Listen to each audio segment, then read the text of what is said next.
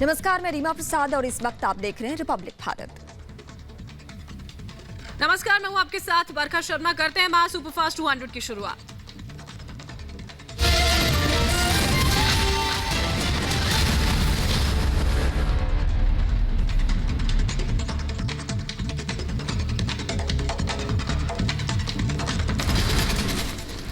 नई मोदी कैबिनेट की पहली बैठक में कई अहम फैसले, किसानों को लाभ पहुंचाने और कोरोना की तीसरी लहर से निपटने की तैयारियों पर जोर।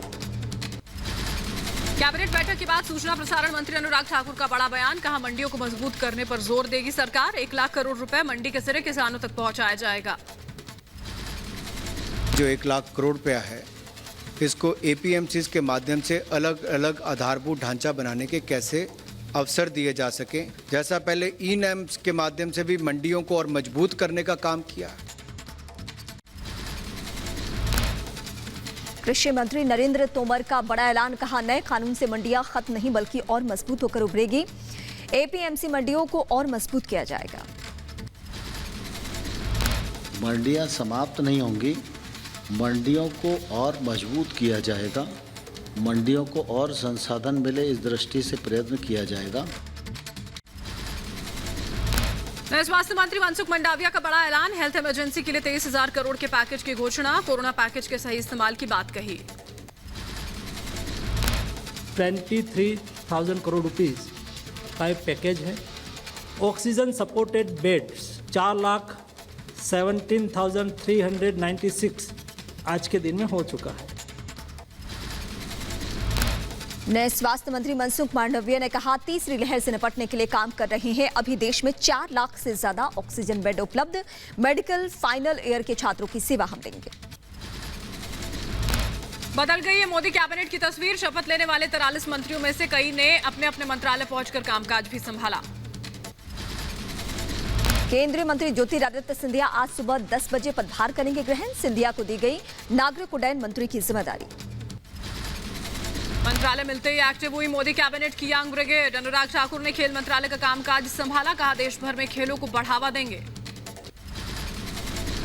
देश के नए सूचना और प्रसारण मंत्री अनुराग ठाकुर ने शास्त्री भवन के दफ्तर पहुंचकर चार्ज संभाला, कहा मुझे अपनी बड़ी जिम्मेदारी का एहसास है, पीएम के विश्वास पर खरा उतरने की कोशिश करूंगा। जो जिम्मेदारी माननीय प्रधानमंत्री जी ने मुझे दी है, मैं उस पर खरा उतरने का हर संभव प्रयास करूंगा। दिल्ली में हरदीप सिंह पुरी ने संभाला पेट्रोलियम मंत्रालय। धर्मेंद्र प्रधान की जगह मिली पेट्रोलियम मंत्रालय की जिम्मेदारी। पेट्रोल डीजल को काबू करने की, उसकी कीमत को कम करने की अहम चुनौती। देश के नए रेल मंत्री अश्विनी वैष्णव ने रेल भवन जाकर कामकाज संभाला, कहा पीएम का विजन बहुत बड़ा है, हम सब जितना काम करें उतना कम है। प्रधानमंत्री जी का विजन इतना बड़ा है कि हम सब काम करें, जितना काम करें उतना कम है। नए आईटी मंत्री अश्विनी वैष्णव का ट्विटर को सख्त संदेश, कहा हर हाल में मानना होगा भारत का कानून। 8 हफ्ते में शिकायत निवारण अधिकारी तैनात करने की भी बात कही। देश के नए स्वास्थ्य मंत्री मनसुख मंडाविया ने निर्माण भवन पहुंचकर पूजा अर्चना के बाद पदभार संभाला। मनसुख के सामने कोरोना से निपटने की बड़ी चुनौती है।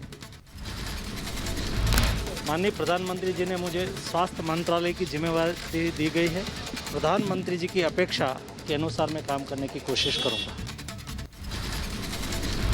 वन और पर्यावरण मंत्री भूपेंद्र यादव ने भी संभाला कामकाज। भूपेंद्र यादव ने सबसे पहले पौधा लगाया। राजस्थान से राज्यसभा सांसद भूपेंद्र यादव पीएम मोदी के करीबी मंत्रियों में से एक हैं।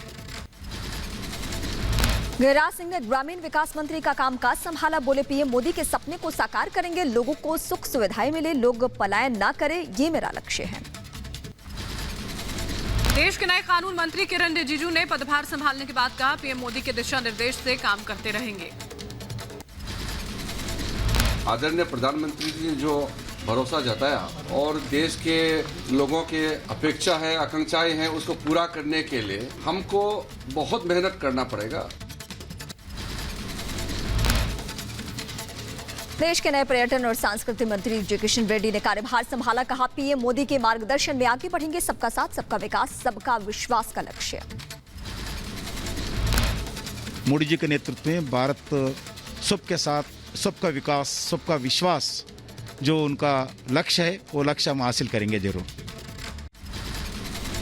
देश के नए इस्पात मंत्री आरसीपी सिंह ने भी कामकाज संभाला।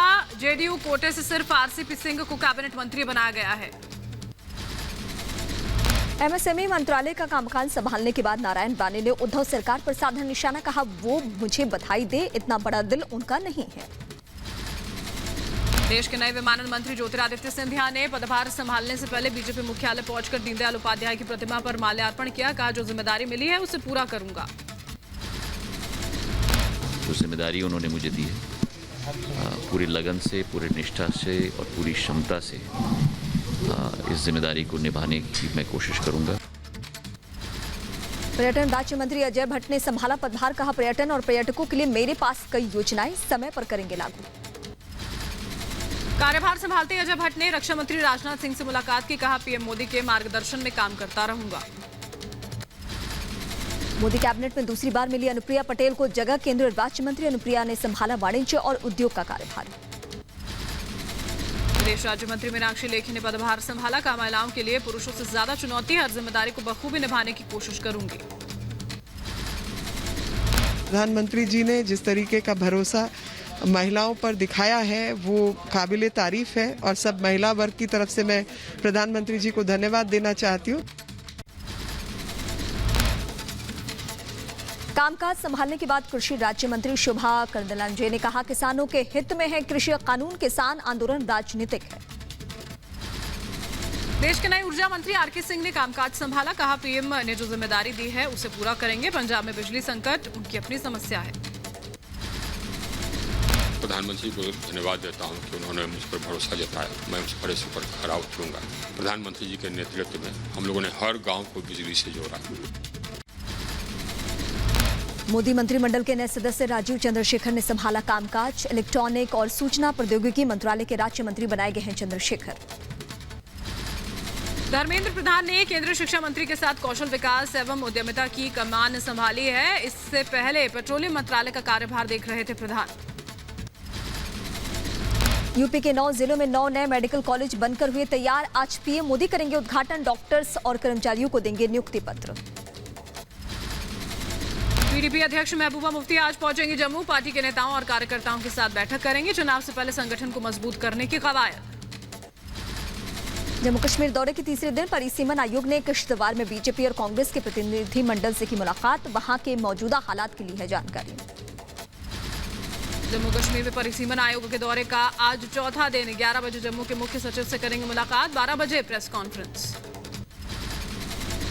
आज से एमपी के चित्रकूट में 4 दिनों तक होगी आरएसएस की बैठक। संघ प्रमुख मोहन भागवत क्षेत्रीय प्रचारकों के साथ करेंगे बैठक। संघ के कई बड़े पदाधिकारी रहेंगे मौजूद।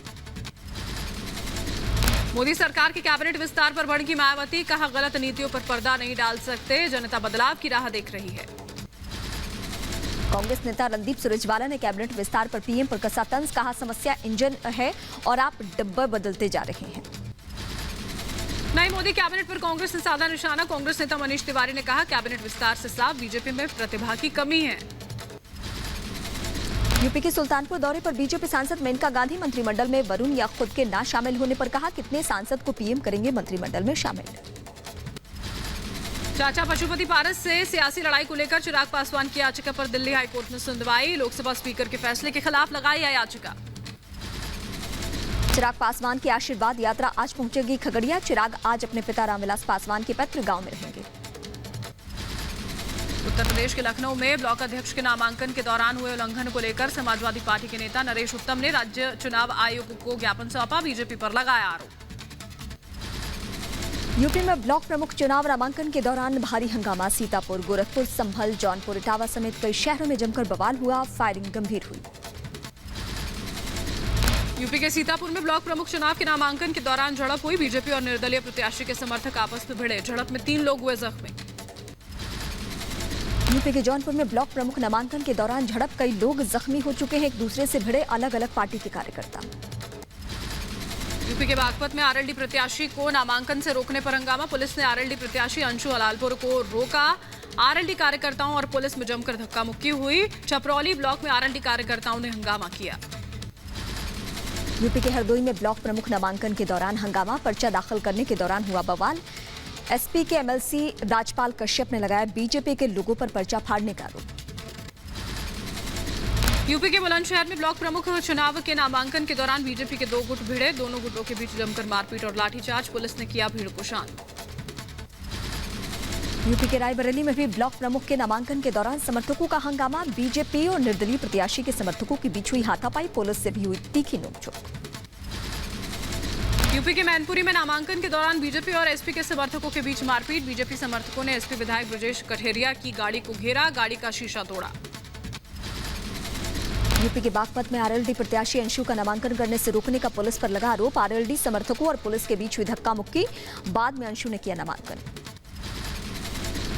यूपी के झांसी में भी नामांकन को लेकर समाजवादी पार्टी और बीजेपी कार्यकर्ता आपस में भिड़े। दोनों के बीच जमकर हुई पत्थरबाजी। एसपी के कार्यकर्ताओं को नामांकन के लिए रोक रही भीड़ ने चलाए पत्थर।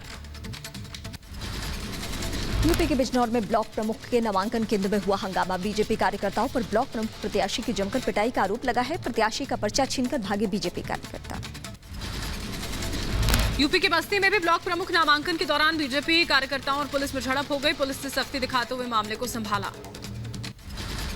यूपी के गोरखपुर में नामांकन के दौरान जमकर बवाल। शाहपुर इलाके में नामांकन करने पहुंची बीजेपी प्रत्याशी वंदना सिंह और उनके समर्थकों पर भीड़ ने हमला बोल दिया। कार्यकर्ताओं से मारपीट की गई। यूपी में जारी है ब्लॉक अध्यक्ष चुनाव के नामांकन के दौरान झड़प। पीलीभीत में नामांकन के दौरान आपस में भिड़े बीजेपी और निर्दलीय उम्मीदवार के समर्थक। यूपी के बहराइच में भी नामांकन के दौरान हंगामा। नामांकन दाखिल करने के दौरान एसपी कार्यकर्ताओं पर पुलिस ने किया लाठीचार्ज।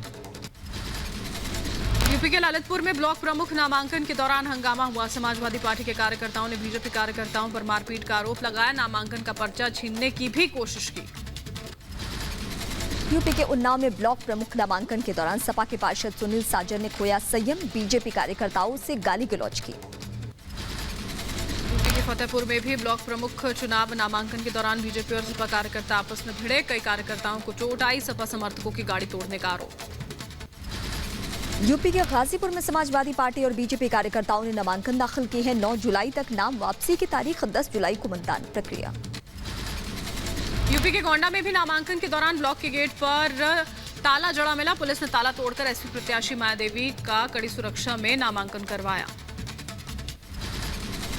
यूपी के अमेठी में 13 ब्लॉक में से 5 ब्लॉक पर निर्विरोध ब्लॉक प्रमुख तय। 2 पर बीजेपी, 2 पर एसपी और 1 सीट पर जनसत्ता दल का कब्जा।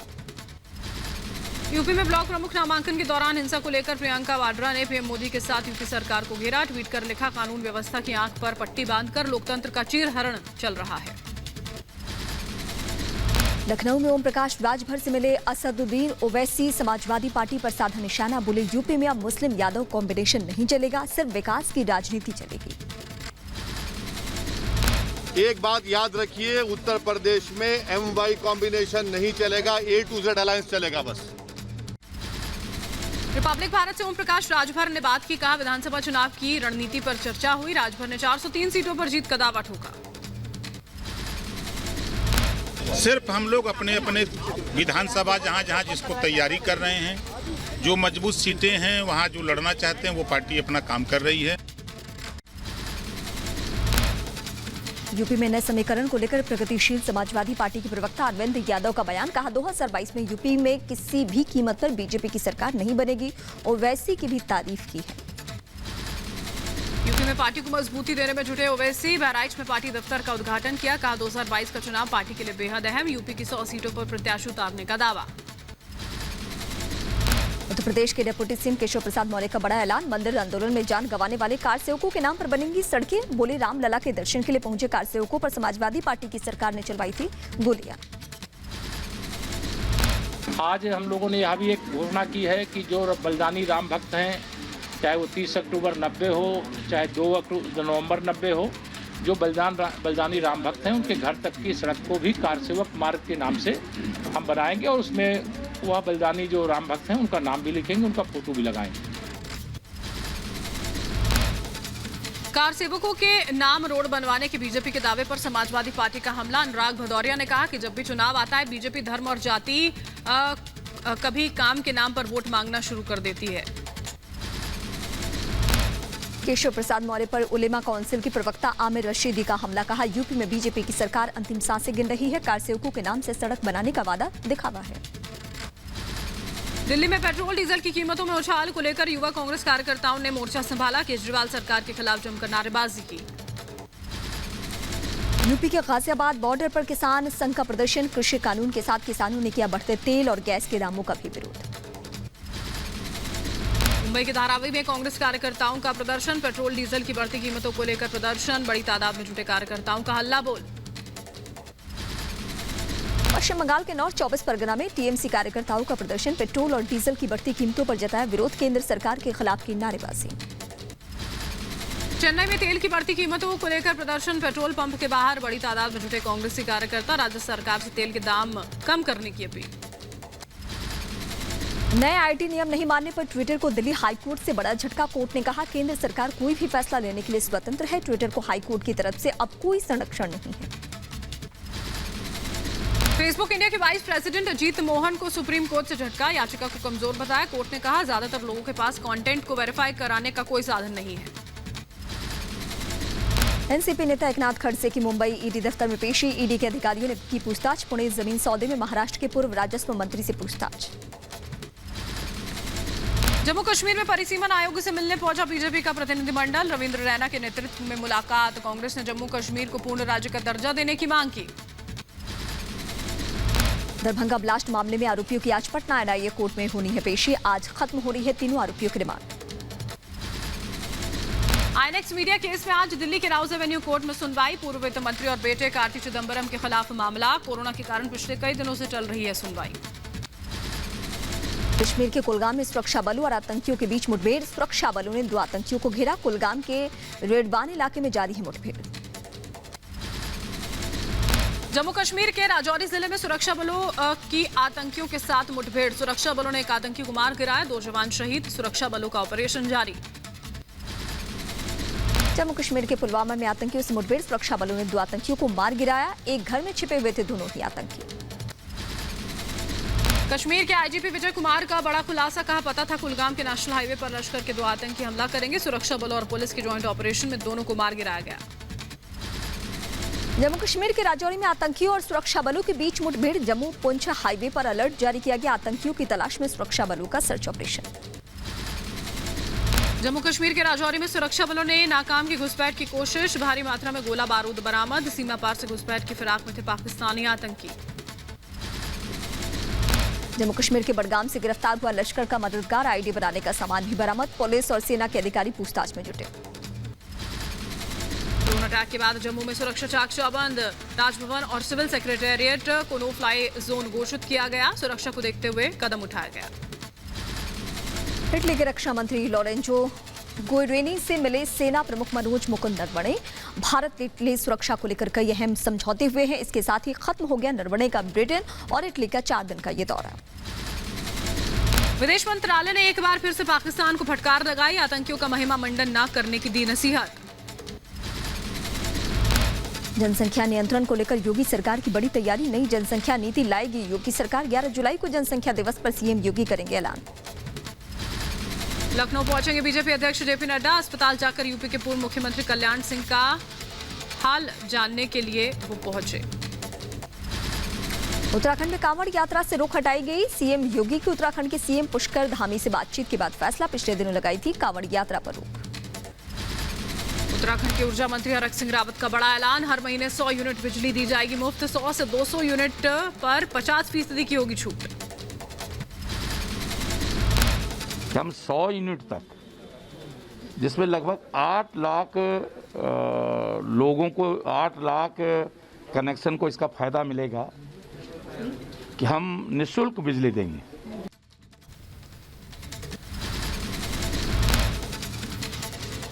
कोलकाता में सीएम ममता बनर्जी ने की बीसीसीआई अध्यक्ष सौरभ गांगुली से उनके घर पर जाकर मुलाकात। राज्य में चुनाव के बाद ममता और सौरभ की ये पहली मुलाकात है। तेलंगाना में कांग्रेस के कार्यकारी अध्यक्ष अंजन कुमार यादव के खिलाफ केस दर्ज। अंजन कुमार पर बिना अनुमति के रैली निकालने और सड़क पर पटाखे फोड़ने का है आरोप। असम के नए मुख्यमंत्री हिमंता बिस्वा शर्मा का बड़ा ऐलान। विधानसभा के बजट सत्र में गाय संरक्षण बिल लाने का दावा किया है। 12 जुलाई से बजट सत्र शुरू होगा। आंध्र प्रदेश के मुख्यमंत्री जगन मोहन रेड्डी की बहन शर्मिला ने राजनीतिक पार्टी का गठन किया। वाईएसआर तेलंगाना पार्टी के नाम से जानी जाएगी पार्टी। पंजाब के लुधियाना में किसान आंदोलन में मतभेद। बीकेयू हरियाणा के अध्यक्ष गुरनाम सिंह चढ़ूनी ने कहा, पंजाब में चुनाव लड़े किसान। बयान पर किसानों का प्रदर्शन, कहा ऐसा कोई इरादा नहीं है। बंगाल के बैरकपुर में 8 नए पुलिस स्टेशन खोलने की ममता सरकार की मंजूरी। नॉर्थ 24 परगना के संभाग बैरकपुर में कानून व्यवस्था दुरुस्त करने की कवायद। दरभंगा ब्लास्ट मामले में आरोपी कफील इमरान नासिर को पटना लाया गया। 9 जुलाई तक कोर्ट ने रिमांड का दिया था निर्देश। आज एनआईए कोर्ट में तीनों की पेशी। यूपी के मुरादाबाद में धार्मिक स्थल की आड़ में रेलवे की जमीन पर कब्जा। रेलवे अधिकारियों ने मौके पर पहुंचकर हटाया अतिक्रमण। जेसीबी की मदद से गिराई दीवार। अलवर से गिरफ्तार असरुद्दीन के मामले में बड़ा खुलासा। 50 से ज्यादा व्हाट्सएप ग्रुप से जुड़ा था आरोपी। देश विरोधी कंटेंट करता था शेयर। पुलिस ने असरुद्दीन का फोन भी जब्त किया। फोन से मिले आतंकियों की फोटो और वीडियोस। अपने सोशल मीडिया अकाउंट से आईएसआई और अलकायदा से जुड़े पोस्ट डालता था। असरुद्दीन को जो हमने गिरफ्तार किया है, उसमें एफआईआर में हमारा मूल आधार यही है कि ये बहुत देश विरोधी, सेडिशियस नेचर के और सांप्रदायिक सद्भाव बिगाड़ने वाली सामग्री को जो है प्रसारित करता था। हरियाणा के पंचकुला में तेल की कीमतों को लेकर किसानों ने किया प्रदर्शन। टोल प्लाजा के पास भारी तादाद में जुटे किसान। कृषि कानूनों को लेकर कृषि मंत्री नरेंद्र सिंह तोमर ने कहा कि सरकार किसानों से बातचीत के लिए तैयार। कोई फॉर्मूला है तो लेकर आए, कानून वापस तो नहीं होगा। जो यूनियन हैं उनको मैंने एक बार नहीं अनेक बार यह कहा है कि कानून को रिपील करने के अतिरिक्त कोई भी प्रस्ताव वो लेकर हमारे पास आए, हम उस प्रस्ताव पर चर्चा करने के लिए तैयार हैं। कृषि मंत्री नरेंद्र सिंह तोमर की बातचीत की अपील पर बोले राकेश टिकैत, शर्तों के साथ नहीं हो सकती बातचीत। पहली बात तो ये है कि वे फेयर कंडीशन ये लगा रहे कि किसान आए, बातचीत करें और कानून चेंज नहीं होंगे, कानून में बदलाव करें, कानून खत्म नहीं होंगे। सरकार को बातचीत करनी, जो भी होगी वो हाउस के अंदर बात होगी। उनको बात करनी है, बात करें, लेकिन कंडीशन लगाकर बात ना करें। देश में कोरोना के 45,892 नए मरीज सामने आए। 24 घंटों में संक्रमण से 817 मरीजों की गई जान। एक्टिव केस की संख्या घटकर 4,60,704 हुई। देश भर में वैक्सीनेशन ने पकड़ी रफ्तार। अब तक 36 करोड़ 48 लाख लोगों को कोरोना वैक्सीन की डोज लगी। पिछले 24 घंटे में 33,81,000 टीके लगाए गए। अब यूपी में डेल्टा प्लस की दस्तक। गोरखपुर और देवरिया में मिला एक मरीज। देवरिया में मरीज की हो चुकी है मौत। प्रधानमंत्री नरेंद्र मोदी ने मंत्रिपरिषद की बैठक में कोरोना को लेकर लोगों की लापरवाही पर जताई चिंता। कहा, पिछले कुछ दिनों से लोग भीड़भाड़ वाली जगहों पर बिना मास्क के यूं ही घूम रहे हैं। लोगों से सावधानी बरतने की अपील की गई है।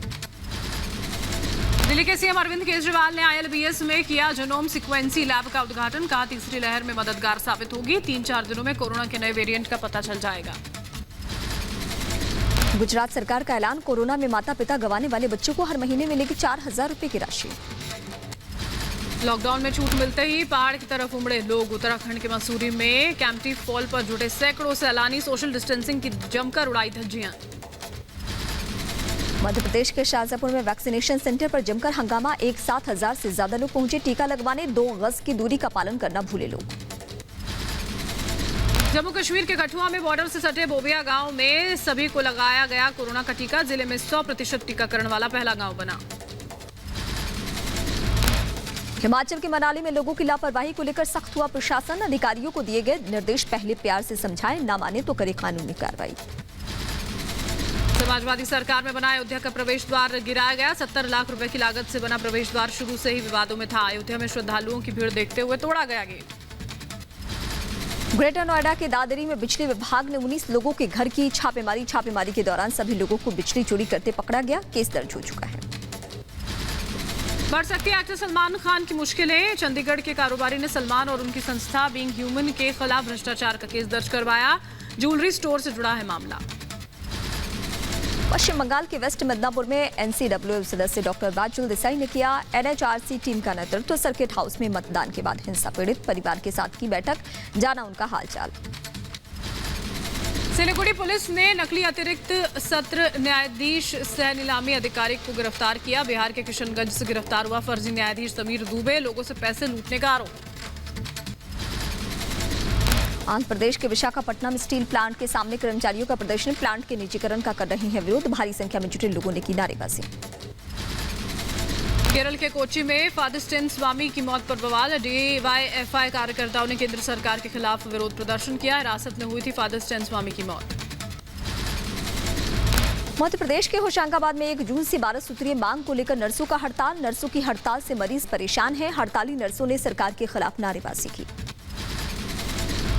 केरल के कोझिकोड में बच्चे के यौन शोषण को लेकर यूथ कांग्रेस कार्यकर्ताओं का प्रदर्शन, मशाल जलाकर गुस्से का इजहार किया। आरोपियों के खिलाफ सख्त कार्रवाई की मांग की। केरल के त्रिवेंद्रम में बीजेपी महिला मोर्चा का प्रदर्शन, महिला सुरक्षा को लेकर केरल सचिवालय के सामने विरोध। यूपी के मुरादाबाद में सिंचाई विभाग के कार्यकाल पर चतुर्थ श्रेणी के कर्मचारियों का धरना प्रदर्शन, एक अधिकारी पर लगे कई गंभीर आरोप। ऑफिस की जगह घर पर काम करवाने का आरोप। तमिलनाडु के चेन्नई में पुजारी की मौत पर जबरदस्त विरोध प्रदर्शन, सीपीआई, सीपीएम और वीसी के कार्यकर्ताओं ने किया विरोध। प्रदर्शन के चलते लोगों को करना पड़ा परेशानियों का सामना। तमिलनाडु में डीएम के मंत्री अनीता राधाकृष्णन का एक वीडियो वायरल हुआ है। मछुआरे की गोद में दिखाई दे रहे मंत्री साहब, जूते भीग जाने का था मंत्री को डर। मछुआरे ने गोद में उठाकर किनारे पहुंचाया। यूपी के बहराइच में ट्रैक्टर से बंधे चोर का वीडियो वायरल हो चुका है। मास्टर चाबी से बाइक चोरी करने का काम करता था आरोपी, कई वारदात को दे चुका था अंजाम। देवभूमि हरिद्वार में हर की पौड़ी पर कुछ युवकों का हुक्का पीते वीडियो वायरल हुआ। लोगों ने युवकों को पकड़ा और जमकर उनकी धुनाई कर दी। पिटाई के बाद पुलिस के हवाले किया। उत्तर प्रदेश में जालौन में पति ने पत्नी को मिट्टी का तेल डालकर जिंदा जला दिया। महिला का अस्पताल में इलाज जारी है। पुलिस आरोपी की तलाश में जुटी हुई है। युवती ने परिवार के खिलाफ जाकर 3 महीने पहले दूसरे धर्म के युवक से शादी की थी। युवक पहले से शादीशुदा था। बाद में महिला को मिली थी इस बात की जानकारी। इसका विवाह जो है किसी दूसरे वर्ग के व्यक्ति से हुआ था और उसका कहना यह है कि इन लोगों ने अभी जला करके इसको एक ढाबे के पास फेंक दिया था। तो ये उस व्यक्ति की तलाश हो रही है। यूपी के ग्रेटर नोएडा में पुलिस ने हनी ट्रैप में फंसाकर लोगों से पैसे ऐंठने वाले गिरोह का पर्दाफाश कर दिया है। एक महिला समेत 2 आरोपियों को किया गया गिरफ्तार। महाराष्ट्र के पुणे के एक निजी अस्पताल में महिला डॉक्टर के बेडरूम और बाथरूम में स्पाई कैमरा लगाने का मामला सामने आया। पुलिस ने अज्ञात के खिलाफ मामला दर्ज किया।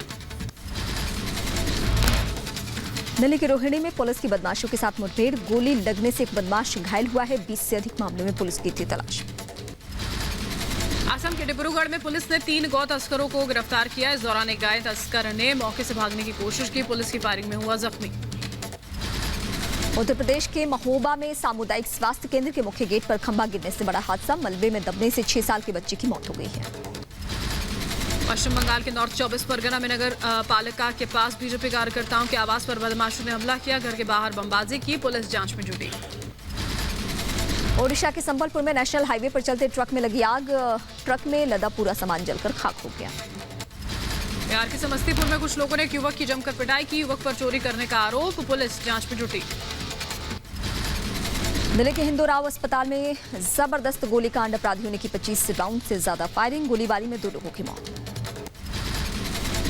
दिल्ली में शूट आउट, दिल्ली पुलिस की स्पेशल सेल और बदमाशों के बीच 2 अलग-अलग जगहों पर मुठभेड़। लूट और स्नैचिंग से जुड़े कई आरोपियों को गिरफ्तार किया गया। यूपी के अमेठी में पुलिस ने 2 शातिर तस्करों को गिरफ्तार किया है। तस्करों के पास से 65 ग्राम स्मैक और 400 ग्राम गांजा बरामद। मुखबिर की सूचना के आधार पर यह गिरफ्तारी हुई है। यूपी के बुलंदशहर में पुलिस को बड़ी कामयाबी, ट्रक ड्राइवर को बंधक बनाकर 10 लाख रुपए का सरिया लूटने वाले 4 लुटेरे गिरफ्तार। लूटा गया ट्रक भी बरामद हुआ। यूपी के जौनपुर में एसपी की निशानदेही पर 36 घंटे के अंदर अपहरण की नाबालिग लड़की को पुलिस ने बरामद किया। मामले में 2 आरोपी गिरफ्तार हैं। पुलिस मामले की जांच में जुट चुकी है। यूपी के मथुरा में चोरी छिपे बालू खनन करने वाले 3 खनन माफियाओं को पुलिस ने गिरफ्तार किया। पुलिस ने मौके से 2 ट्रैक्टर ट्रॉली जब्त की। आरोपियों से पूछताछ जारी। यूपी के रायबरेली में युवक की संदिग्ध हालत में शव मिलने से हड़कंप मच चुका है। पुलिस ने शव को कब्जे में लेकर पोस्टमार्टम के लिए भेजा है। मामले की छानबीन में जुटी है पुलिस। बिहार के मुजफ्फरपुर में बैंक डकैती, 4 डकैतों ने हथियारों के दम पर दिन दहाड़े बैंक से 6,82,000 रुपए लूटे। पुलिस आरोपियों की तलाश में जुटी। यूपी के प्रयागराज में बच्चों के विवाद में महिला को दबंगों ने पीटा। रिपोर्ट दर्ज करने पर भी पुलिस का इनकार। महिला ने लगाई मदद की गुहार। पश्चिम बंगाल के डिब्रूगढ़ में पुलिस को मिली बड़ी सफलता, 3 तस्करों को गिरफ्तार किया। तस्करों के पास से तस्करी कर ले जाई जा रही 95 गाय बरामद। बिहार के मुजफ्फरपुर में मचा कोहराम, बाढ़ के पानी में नहाने गई 3 बच्चियों की डूबने से मौत। एक ही परिवार की थी तीनों बच्चियां। राजस्थान के झालावाड़ में दर्दनाक हादसा, बेकाबू डंपर ने सड़क किनारे लोगों को कुचला। एक ही परिवार के 5 लोगों की मौत। डंपर छोड़कर आरोपी चालक फरार। यूपी के सीतापुर में दबंगों की पिटाई से बुजुर्ग की मौत। सरेआम घूम रहा है आरोपी। पिछले हफ्ते दबंगों ने घर में घुसकर की थी पिटाई। बिहार की राजधानी पटना में एक रिश्ता शर्मसार, प्रेमी ने दोस्त के साथ मिलकर प्रेमिका का रेप किया। दोनों आरोपियों को पुलिस ने गिरफ्तार किया। ओडिशा के भुवनेश्वर में मुख्यमंत्री नवीन पटनायक ने भगवान जगन्नाथ रथ यात्रा की तैयारी की समीक्षा की। इस दौरान लोगों से कोरोना गाइडलाइंस का पालन करने की अपील की। ओडिशा के नयागढ़ में 3.5 साल की बच्ची ने एशिया बुक ऑफ रिकॉर्ड्स में दर्ज किया अपना नाम। कई तरह के योगासनों को लेकर मिला ग्रैंड मास्टर सर्टिफिकेट। प्रशासन ने बच्ची को आगे की शिक्षा के लिए आर्थिक मदद का ऐलान किया। तमिलनाडु के मदुरई में किसानों के लिए शुरू की गई नई योजना के अंतर्गत किसानों को दिया जाएगा कोकोआ का पौधा। किसानों को ये पौधा मुफ्त में मिलेगा। छत्तीसगढ़ के महासमुंद में गोबर से बनी सामग्री अब सबसे बड़े ऑनलाइन शॉपिंग ऐप पर भी बिकेगी। अमेजॉन की टीम ने वेदमाता गायत्री गौशाला की जांच कर उत्पाद खरीदने की बात कही। गोबर से बनी सामग्री पर्यावरण को संरक्षित करती है। तमिलनाडु के रामेश्वरम में बढ़ती महंगाई से मछुआरे परेशान हैं। कोरोना काल में मछली के गिरते दाम और डीजल के बढ़ते दाम को बताई परेशानी। जम्मू कश्मीर के उधमपुर के मोरहा संकरी गांव में आजादी के 74 साल बाद भी नहीं पहुंची है बिजली। गांव में रहते हैं करीब 150 परिवार। बिहार के मुजफ्फरपुर में स्वच्छ भारत मिशन के तहत बने सामुदायिक शौचालय की खुली पोल। 5 साल पहले हुआ था निर्माण, अब तक नहीं खुला। हरियाणा बोर्ड ने जारी किया ओपन 10वीं का रिजल्ट। आधिकारिक वेबसाइट पर देख सकते हैं रिजल्ट। 100% रहा परीक्षा का परिणाम। ग्रेटर नोएडा पुलिस ने पेश की मानवता की मिसाल। मूक बधिर लड़की को परिजनों से मिलाया। अचानक घर से गायब हो गया था लड़का। भोपाल में सीएम शिवराज सिंह चौहान का वृक्षारोपण अभियान जारी। स्मार्ट सिटी में लगाए गए पौधे, लोगों को पर्यावरण के प्रति जागरूक किया। घर बैठे भक्तों को मिलेगा बाबा बर्फानी का प्रसाद। एलजी मनोज सिन्हा ने कई ऑनलाइन सेवा का शुभारंभ किया। 48 घंटे के अंदर प्रसाद पहुंचाने की व्यवस्था की जा रही है। गुजरात सरकार का बड़ा फैसला। कोरोना गाइडलाइंस के साथ भगवान जगन्नाथ की रथ यात्रा निकाली जाएगी। रथ यात्रा के रूट पर कर्फ्यू लगाया जाएगा। प्रसाद वितरण पर प्रतिबंध होगा। तपती गर्मी के बीच मुंबई करों को बड़ी राहत। कई जगहों पर झमाझम बारिश, जगह जगह जल जमाव से ट्रैफिक जाम की समस्या हुई है। मुंबई के सांता क्रूज, अंधेरी, सबवे, दादर, सायन में भरा बारिश का पानी। मुंबई के दूसरे निचले इलाके जलमग्न। घर से बाहर निकलने वालों को भारी परेशानी। महाराष्ट्र के नागपुर में भारी बारिश के बाद शहर के कई इलाकों में भरा पानी। जल जमाव से लोगों को हो रही है परेशानी। उत्तराखंड के पिथौरागढ़ में बुधवार को भारी बारिश के चलते तेजी से बढ़ा पानी। नदी का जलस्तर बढ़ा है। धारचूला के पास बना पुल पानी की तेज धारा में बह गया। बिहार के मुजफ्फरपुर में बाढ़ का कहर। बूढ़ी गंडक ने धारण किया रौद्र रूप। हजारों लोग हाईवे पर रहने को मजबूर हैं। दिल्ली की हवा और जहरीली हुई। पिछले 1 साल में 125% बढ़ा नाइट्रोजन डाइऑक्साइड। एक रिसर्च में देश की 8 राजधानियों के प्रदूषण लेवल का मूल्यांकन किया गया है। पेट्रोल आज 35 पैसे, डीजल 9 पैसे महंगा हुआ। देश के ज्यादातर महानगरों में पेट्रोल 100 रुपए के पार पहुंचा। दिल्ली में 1 लीटर पेट्रोल का दाम 100 रुपए 56 पैसे पहुंचा है, तो वहीं डीजल का दाम 89 रुपए 62 पैसे प्रति लीटर। पेट्रोल डीजल के बाद सीएनजी भी महंगी हुई। दिल्ली में सीएनजी का रेट 44 रुपए 30 पैसे प्रति किलो हुआ। गुजरात के सूरत में मंदी की मार झेल रहे हीरा व्यापारियों में फिर से लौटी रौनक। देश ही नहीं विदेश से भी आई डायमंड ज्वेलरी की मांग। फैक्ट्री में ओवरटाइम कर रहे हैं वर्कर्स। बीसीसीआई के अध्यक्ष सौरभ गांगुली का बयान। कहा पिछले साल कोरोना की वजह से रद्द कर दिया गया था वर्ल्ड कप टूर्नामेंट। इस साल ऐसा हुआ तो खेल को भारी नुकसान पहुंचेगा। टोक्यो में लगाए गए मेडिकल इमरजेंसी मैदान पर बिना दर्शकों के होगा ओलंपिक खेलों का आयोजन। 23 जुलाई से ओलंपिक खेल शुरू हो रहे हैं।